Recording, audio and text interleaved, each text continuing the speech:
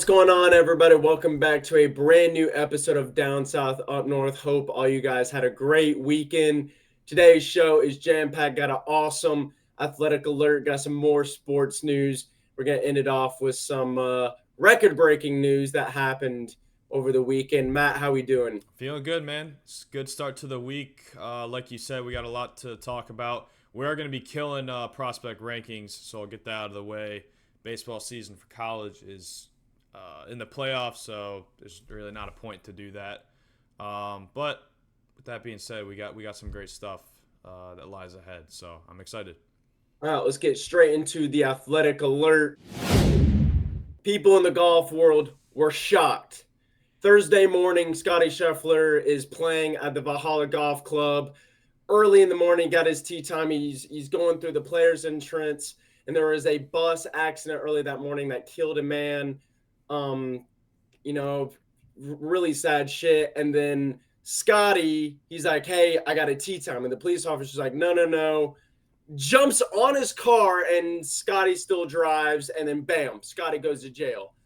He's in there for a little bit, kind of gets shit figured out. Everyone kind of gets all their stories together. Okay, that's a player, blah, blah, blah. They check him in. His mugshot is out.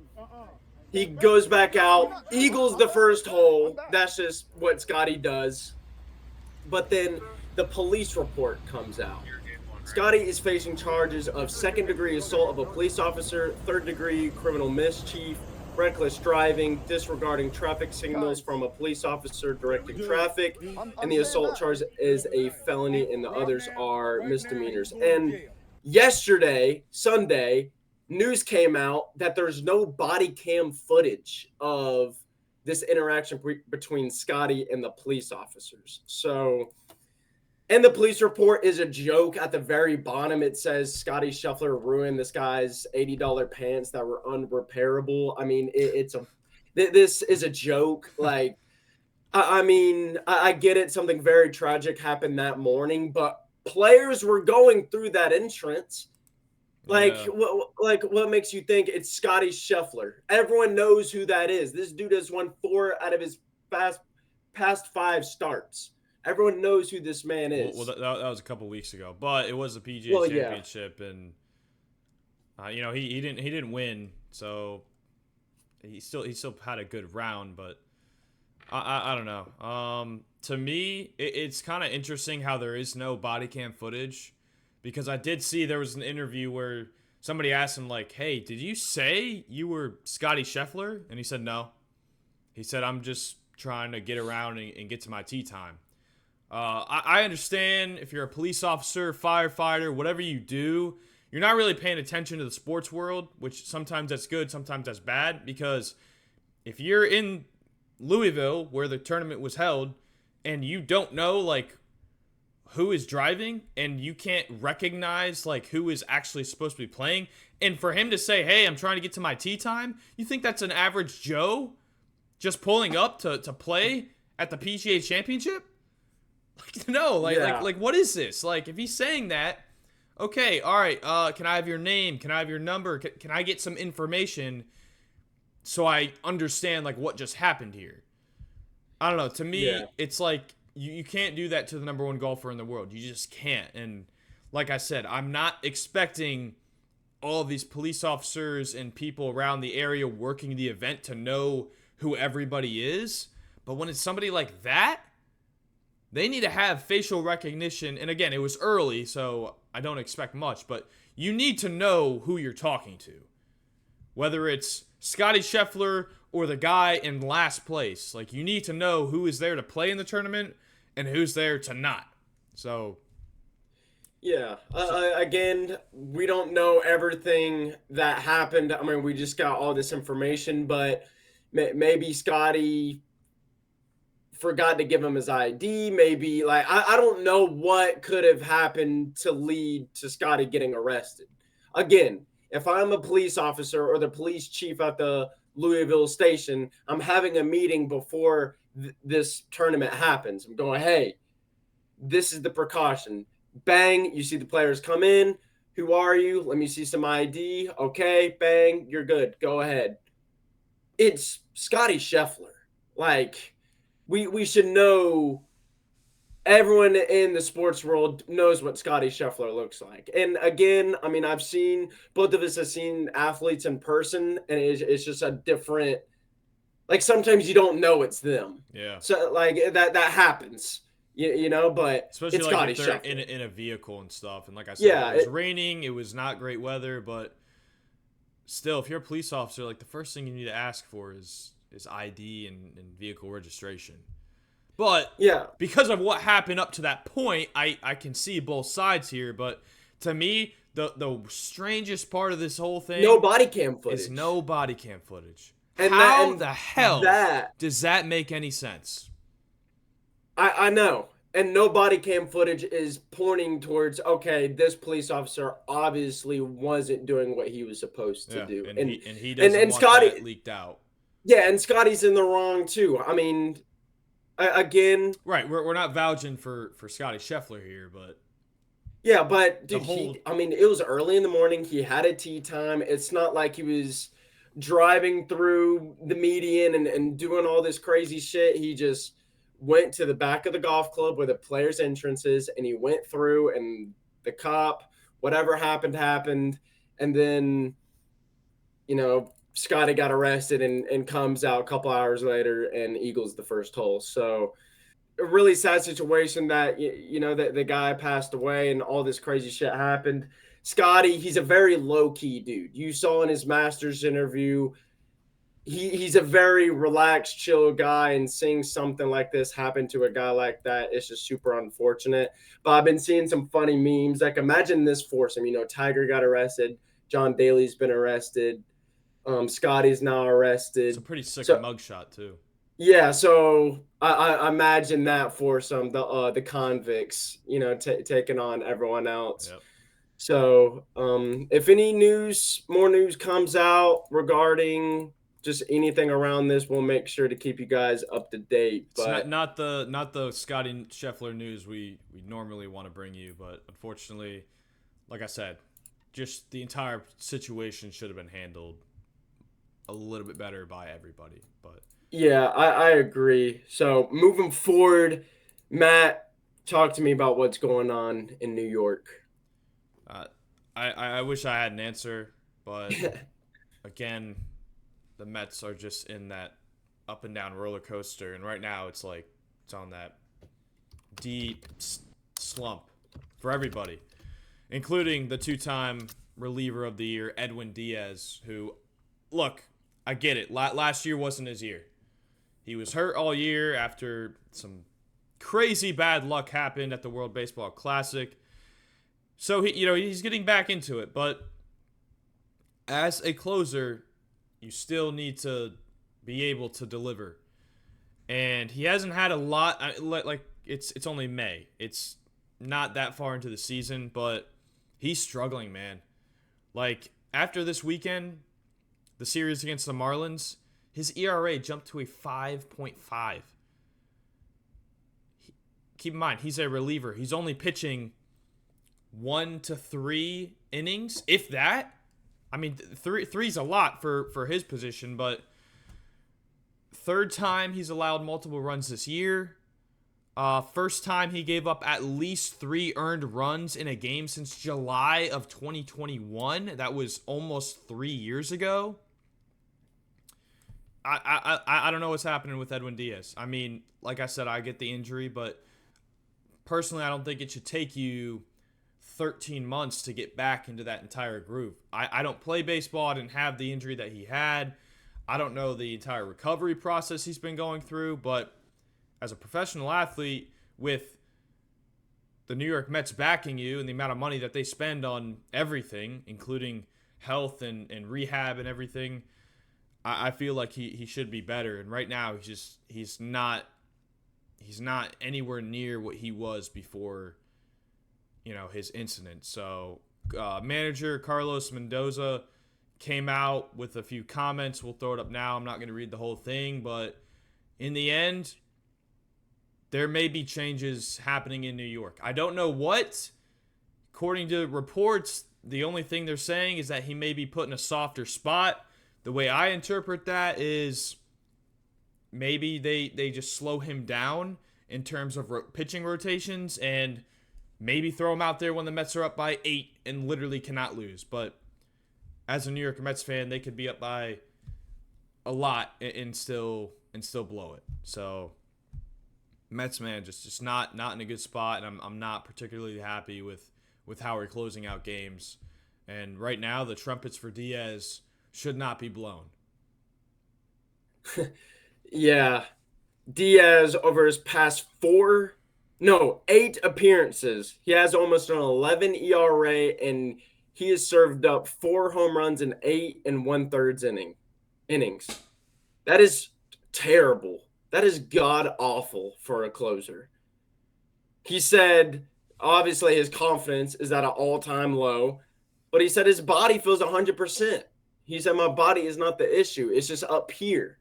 His mental game is just not it. And I can imagine that's tough. You're in the WBC a year ago, and you guys get a big win. You're celebrating. And while you're celebrating, you get a season-ending injury. I mean, dude, that would fuck me up in the head too. You had a great year the year before.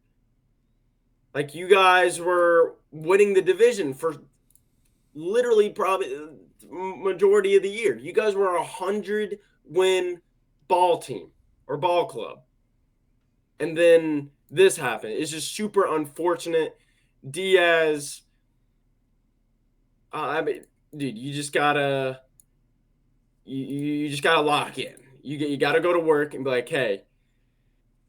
I mean, he is throwing strikes, but that shit just looking like a beach ball coming into the hitters. You just gotta change something. I mean, like he's the most important position most of the time. And he's the only pitcher I like on the Mets. But right now, that's tough to hear. That's tough to say. When you're winning 9-5 in the ninth, and you come up and Jazz Chisholm gets an RBI single, and then Josh Bell hits a bomb for a 3-run home run, and then y'all lose 10-9, dude. To Miami. To Miami. To the Marlins. One of the worst teams in Major League Baseball right now. If not, no, they're not the worst, but they're up there for being one of the worst. You just got to do your job, dude. I mean, both of us could talk about this for fucking hours on how our closers and our relief guys, like, you have one job. Keep it tied or keep the lead, limit the damage. I mean, if you're up by 4, bro, I don't care if you give up 3.5 runs. But don't give up 4 or more, and I don't. When the Mets go to extra innings, it seems like they always lose. I don't know if that's just me, but it's like when you go to extras, you just have that bad feeling as a Mets fan. You're like, I have no confidence. I have no confidence that this team is gonna get the win here. Bro, in that game against the Marlins, he has given up 7 earned runs, 7 hits, 3 walks, and 2 home runs in 2 1/3 innings. Yep. Brother. Yep. I mean, I don't know. You're throwing strikes. I mean, when I played baseball, that's what they preached. They said, hey, let your defense work. Throw strikes. But, brother, you ain't letting your fucking defense work. They're just, whatever you're throwing, they're seeing that on a silver platter, and they're just whacking it every time. Yep. Base hit after base hit after base hit. You just got to change something. I mean, I'm a superstitious dude. Maybe you're eating something before the game. Change what you're eating. Change, I used to have my favorite socks that I always wear before a game. Change something, dude. Be superstitious. I mean, I don't know what to do at this point because you're throwing strikes. That's all you could ask for, but you're not letting your defense work. They are killing that shit when you throw it. Yep. So, and dude, he got a fucking bag. He got a bag. Yeah, he got paid for it. He got paid. The Mets love to just dish it out, man. Just dish it out. It's his mental game. I mean, going back to it, he tore his patellar or whatever you say that tendon in his right knee or patellar. Yeah, I don't know how you say that, but he tore some shit in his right knee. Celebrating with his teammates. I know that hurts, dude, but you got to lock in. Hey, what are we? Not even 1/3 through the entire season. What are we at? Like Yeah, 45, yeah. I mean, 46 games. like I said, it's fine. It's nothing. It's not like too alarming, but there's nothing to be happy about it. I mean, shit, brother. I hear you. There's nothing happy. I mean, shit, as a Braves fan, I'm not happy right now because I know we're not playing the best baseball. Everyone knows what the Mets are capable of. You, Right. you guys, I mean, you guys are a good ball team. You just got to put shit together. And I mean, I hate to say it, but if this shit don't get better, Alonso, I mean, he's still young and he's given this team. He's been with them for a long time. He might go Yep. in the and he might become a free agent. Like they just got to figure it out, limit the damage when Edwin comes out there. Bat's got to come alive. But hey, we're 40 something games into the season. Not even it's not even All-Star break. It's not even that time Yeah. I yet. mean, it's like I said, it's not to panic to, but overall, the changes are coming within the Mets organization, and I hope whatever they are is working. I hope our manager knows what he's doing. But for the most part, something's going to happen with Diaz. So just be prepared for it. But in other news, NBA is wild right now. We've got so many series that just concluded, but we're going to talk about Game 6 from Saturday night. The Dallas Mavericks defeated the Oklahoma City Thunder, the number 1 seed in the Western Conference, by 1. And the way they did it, you will not believe. If you missed it, they won 117 to 116, and it was pretty much by a free throw. We'll throw up the foul that caused the free throws, but Shea Gilgeous-Alexander fouled P.J. Washington on a three-point attempt with 2.5 seconds left. And Washington's been playing exceptionally well, particularly in the playoffs. But Yeah. great play by him, and it just sucks, man. Like the whistle's gonna blow, but it was what he did after, like at the free throw line, making the first 2, and then intentionally missing the third one. So the Thunder would grab the rebound, and it's just not enough time to get that ball all the way down the court and to get a shot up. Just a great play. And Dallas is headed back to their second Western Conference Finals in the past 3 years. But just a killer for the Thunder, man. I mean, such a young team heading into the playoffs as the number 1 seed. I think there was 2 potential MVPs. I do not agree with Jokic getting it. I don't either. I think it should have been either Shea or Luka, either one of them.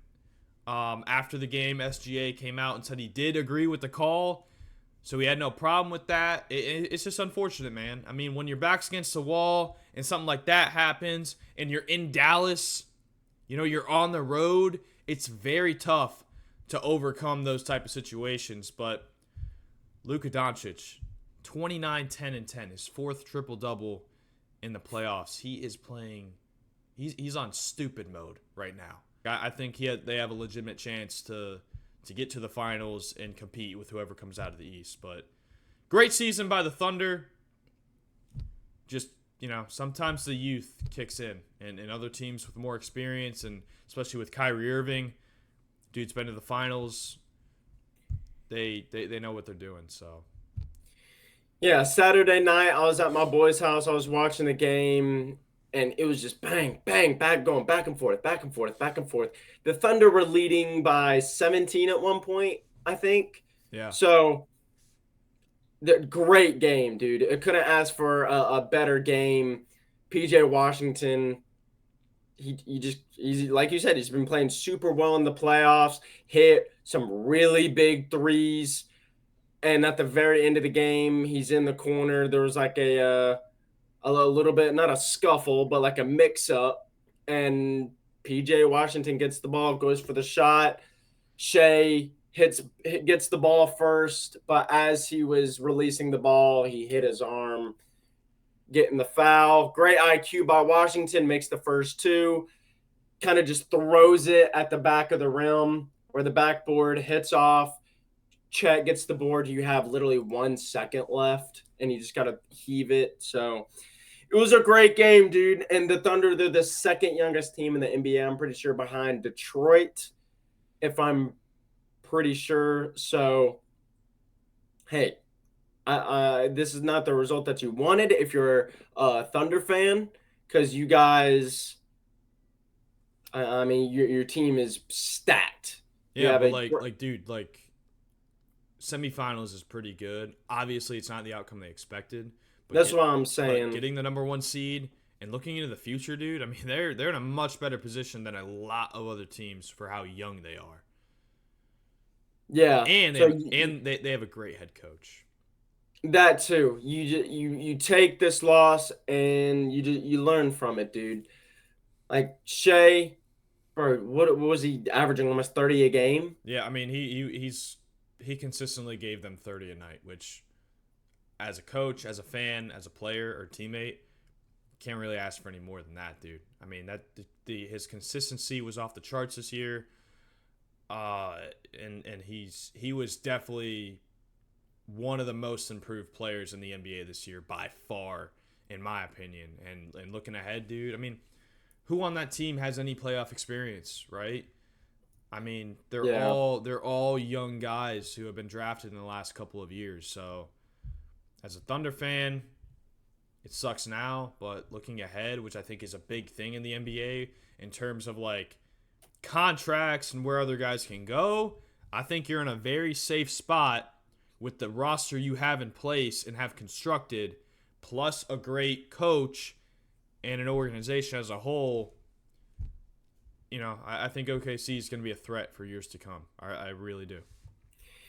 Yeah, and just talking about Dallas for a second. I mean, you said it, Kyrie Irving, dude. This guy hit one of the most memorable shots in finals history. Got LeBron a ring. Like Kyrie knows what to Okay. do in big games like that, and Luca too, dude. Even though it was a game six, everyone knows what that guy did in Phoenix game seven 2 years ago.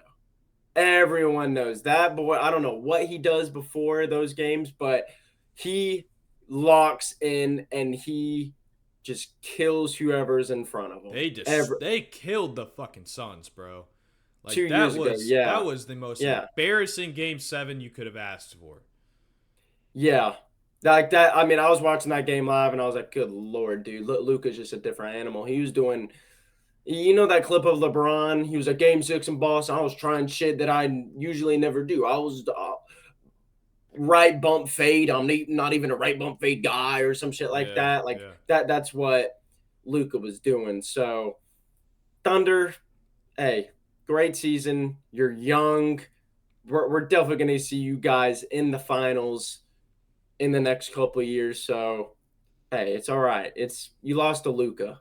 Like, come on, Luka's a great player. So moving on from the NBA to the WNBA, Caitlin Clark hype is real. The Indiana Fever are still winless, but hey, they play against the New York Liberty, and Clark helped them become the first team to obtain $2 million in ticket revenue. Let's give it up. Yeah, let's give it up. Let's Hey, give it up. hell of a job, Caitlin. Hell of a job. Even Hell though of a you job. ain't winning, you're still helping Hey, everybody else win. good shit. I mean, that game, I just saw some highlights. She was getting roughed up. What's her name? Sabrina. Sabrina did hit her with the pump fake and kind of got her ass looking a little goofy, but she got hit with the big screen by who won the MVP last year? Brianna Stewart. I believe so. Brianna hit her with a big screen. Kaylin didn't see it coming, so she's getting roughed up a little bit in the WNBA. But hey, she's doing her job, dude. She dropped 22. She's helping the Fever. I mean, this is huge, man. I mean, a lot of people have been saying, hey, the WNBA needs a lot of love, and I've always said you need a superstar to bring eyes to the sport, and Caitlin Clark is that superstar. I mean, shit, dude. Like, as an NBA fan, we want to see the crazy dunks. We want to see the crazy, Alley oops, alley oops three and pointers, buzzer 3 pointers, beaters. all that shit. I mean, I could go on, and that's what Caitlin Clark brings, dude. That bitch shoots from the logo, and she makes it. As a basketball fan, I could watch that and be like, damn, dude, this girl is hooping. I could watch some WNBA. I could watch some Caitlin Clark hoop. Yeah, and I think a lot of people are saying like she saved the WNBA. I'm like I don't agree with that. I feel like she's the first, and again, it's been around for a while, but like let's be honest, like this is the first player to build an extremely strong foundation for the WNBA. And I mean, look, dude, she got everybody charter flights for the first time ever. Yeah. And now they're all happy. Like good.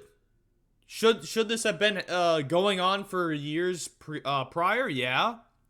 But like one individual player, and everybody's like, "Oh, well, they're not winning." It's like she went first overall. What does that mean? You go to probably like one of the worst teams in the league at the time.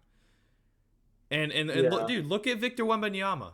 I don't want the WNBA to have a season where everybody bashes on Clark for her teams not winning games when Victor Wembanyama just won less than 20 games with the Spurs as a rookie. But everybody liked him. And I'm a big Wemby fan. I love watching him play. Like, what he's doing with the time that he's getting is ridiculous. But let's not bash Clark for putting up numbers. Now, her numbers are not the best right now, but everybody needs that welcome to the league moment. It's just a thing that happens, and I don't want to see that from other people online. I'm like, look, even if they only win, X amount of games this season, it's still going to be a great rookie season for what she's done for other organizations and the NBA as a whole. I mean, or WNBA, I'm sorry. It's phenomenal, and as a fan, it's good. It's good for the game. Now, are they going a little bit extreme on social media? Like every day on my feed is WNBA? A little. But everybody needs some love, and I think the league's in good hands with Clark being the face. Yeah, you said it perfect right there.